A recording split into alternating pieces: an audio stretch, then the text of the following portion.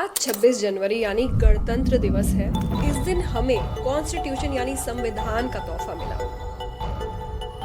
Scenes of unforgettable splendor, Delhi celebrated the first anniversary of the Indian Republic. तो नोएडा जी, जैसा मैं जानती हूँ आप तिरुपति से हैं।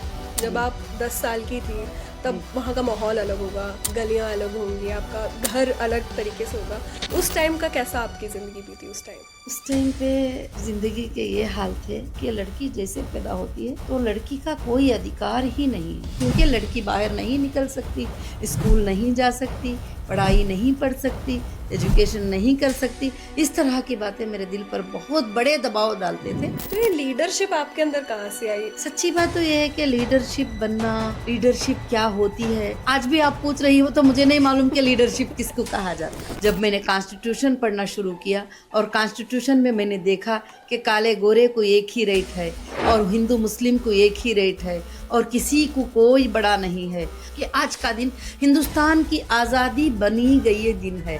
आज का दिन हिंदुस्तान की आज़ादी के लिए एक कानून को बनाकर एक हाथ में लोगों के रख दिया। Constitution awareness programme total India में कैसे चलाएं? इंडियन कॉन्स्टिट्यूशन बहुत परफेक्ट है और इंडियन कॉन्स्टिट्यूशन से आगे कोई भी नहीं है। तो जब कोई अथॉरिटी किसी सिटीजन के साथ गलत करती है तो तब सिटीजन क्या कर सकता है? और आज मीडिया ट्रायल तो आपको मालूम है कि मीडिया ट्रायल तो बहुत ज़्यादा शुरू हो गया है कि वहाँ फैसला होने से पहले, उसको मुजरिम बनाने से पहले मीडिया उसको मुजरिम बना देती है सबसे पहले। अगर आप गरीब हैं, आपके पास पैसे नहीं हैं, तो आपके लिए बड़ा वकील नहीं खड़ा होता लड़ने के लिए।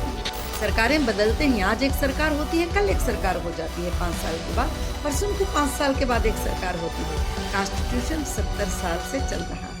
कितना इम्पोर्टेंट होगा आजकल जो यूथ है उनके लिए कि कॉन्स्टिट्यूशन पढ़ना चाहिए? यही है supreme court, constitution of India.